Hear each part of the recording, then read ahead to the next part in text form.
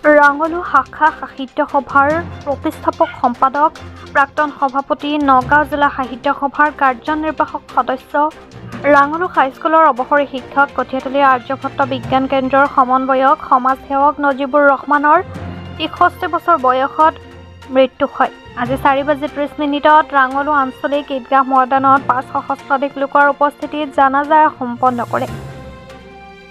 আজি সমাজসেৱক ৰহমানৰ মৃতদেহ গুৱাহাটীৰ পৰা প্ৰথমে তেওঁৰ শিক্ষকতা কৰা ৰাঙলু হাইস্কুললৈ অনাত প্ৰধান শিক্ষকৰ সহিতে সকলো শিক্ষকে পুষ্পাঞ্জলি জনোৱাৰ লগতে ৰাঙলু আৰু নিজ কঠীয়াতলী শাখা সাহিত্য সভাৰ দ্বাৰা শেষ শ্ৰদ্ধা নিবেদন কৰে। সদায় ৰাইজৰ সেৱাত ব্ৰতী হৈ থকা নজিবুৰ ৰহমান সমগ্ৰ অঞ্চলৰ এজন জনপ্ৰিয় সেৱক হিচাপে পৰিচিত। মৃত্যুৰ সময়ত পত্নী, পুত্ৰ, ৩গৰাকী কন্যা, নাতি আৰু বহু আত্মীয়ক এৰি থৈ যায়। কঠীয়াতলীৰ পৰা ঘনকান্ত বৰাৰ ৰিপৰ্ট।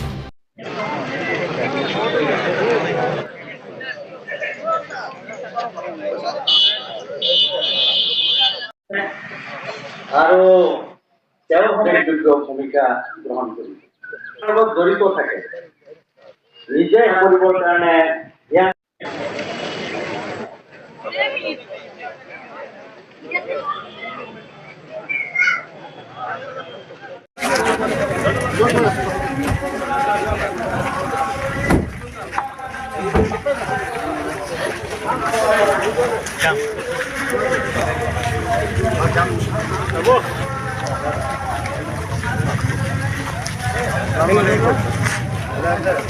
আমি মূল্যে তেওঁলোকে যদিও এনেকুৱা বহুত উদাহৰণ নাই নাই শ্ৰদ্ধাঞ্জলি তুমি এনেই দিম ঠিক আছে বেলেগ কথা মই ইয়াত মোৰ অপেক্ষা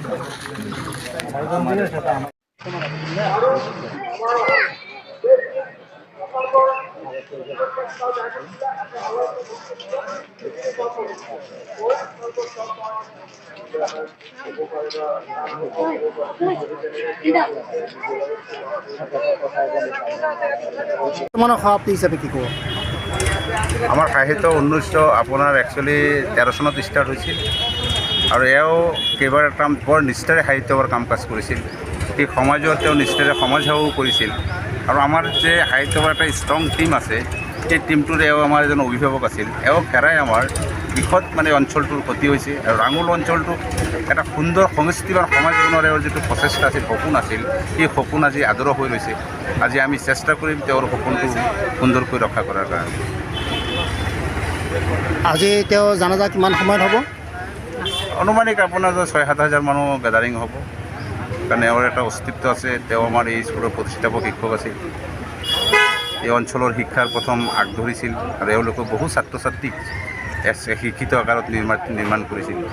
তেওঁ বহু সংগঠনৰ লগত জড়িত আছিলে, তেনেকৈ সংগঠনটোৰ নাম কওকচোন। আৰ্যভট্টত আছিল, বিজ্ঞান আৰ্যভট্ট তেওঁ আছিল, জড়িত আছিল। সাহিত্যপদ আছিল, মছজিদ মাদ্ৰাছাৰো তেওঁ কমিটিত আছিল। বিভিন্ন অনুষ্ঠানত তেওঁ প্ৰায় অনুষ্ঠান তেওঁ আছিলেই। তেওঁ একচুৱেলি বছৰত প্ৰায় ২০০ দিন সামাজিক কাম কাজত জড়িত থকা আছিল। আমি তেওঁৰ লগত জড়িত আছিলোঁ।